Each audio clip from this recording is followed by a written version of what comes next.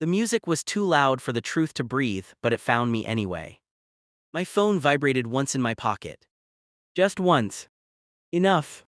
Across the room, under the chandelier's fake gold light, my wife laughed, too brightly, too rehearsed. Her hand rested on his arm like it had always belonged there. When I stepped inside, the laughter died mid-breath. Her face drained of color so fast it looked rehearsed too, like she'd practiced this moment in nightmares.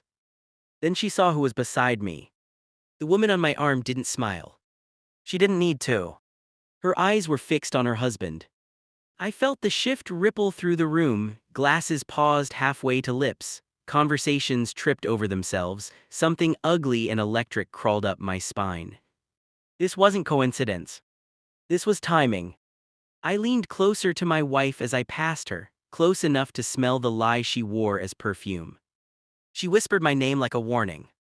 I didn't answer. Months earlier, the betrayal hadn't announced itself with drama. No lipstick stains, no midnight confessions, just absences, gaps, a phone turned face down, a wife who slept like nothing touched her anymore. I told myself I was imagining it. That love dulls curiosity. That trust is supposed to feel blind. But blindness has texture. And this felt sharp. The first crack came in a reflection, a restaurant window, her hand brushing his wrist, too familiar, too practiced. She pulled back too late. He smiled like a man who knew where he belonged. I did confront. I archived the moment in my head, filed it away, let it rot quietly. After that, patterns emerged. Same nights, same excuses, same silence when she thought I was asleep. I watched without being seen, learned the rhythm of their secrecy, how betrayal prefers routine. I stayed calm. That scared me more than rage ever could. I copied phone records not hacked, requested. I watched numbers repeat like a heartbeat that wasn't mine. I memorized them, ran them through my head during meetings, during dinners, during sex that felt like choreography. Then I saw her name. The other wife. I didn't expect that part. The symmetry. I found her the same way I found the truth, slowly. Social media. Tagged photos, anniversary posts filled with lies identical to mine. She believed in him the way I once believed in her. I wondered how long betrayal could live between two marriages without being noticed. Turns out years. When the evidence finally arrived, it didn't come with relief, just confirmation. A folder, clean, clinical, dates, messages, hotel receipts, photos taken by cameras that didn't care about love. I placed the folder on the kitchen table that night. Didn't sit. Didn't speak.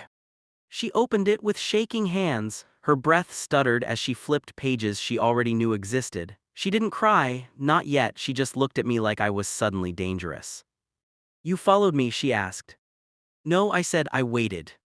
She collapsed into the chair like gravity had finally noticed her. Words poured out, explanations, justifications, loneliness dressed up as logic. I listened like a man watching a fire through glass. When she finished, I slid my phone across the table, one contact open, one name. Her lover's wife. I invited her to the party, I said, thought she deserved to meet you. She understood then. Too late. Which brings us back to the music, the lights, the room that didn't know it was about to fracture.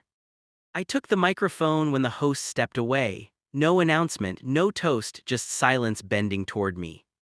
I want to thank my wife, I said, for teaching me how well secrets survive in plain sight. Her breath caught. So did his.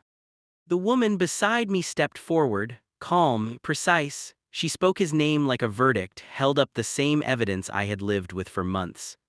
Chaos doesn't always scream, sometimes it gasps. My wife cried then. He reached for her. His wife stepped back like he was already a ghost. Guests moved away instinctively as if betrayal were contagious. I didn't raise my voice. Didn't insult. Didn't explain. I just watched. That was the revenge. Later outside, the night felt honest. Cold, quiet. The woman who walked in with me stood alone under the streetlight.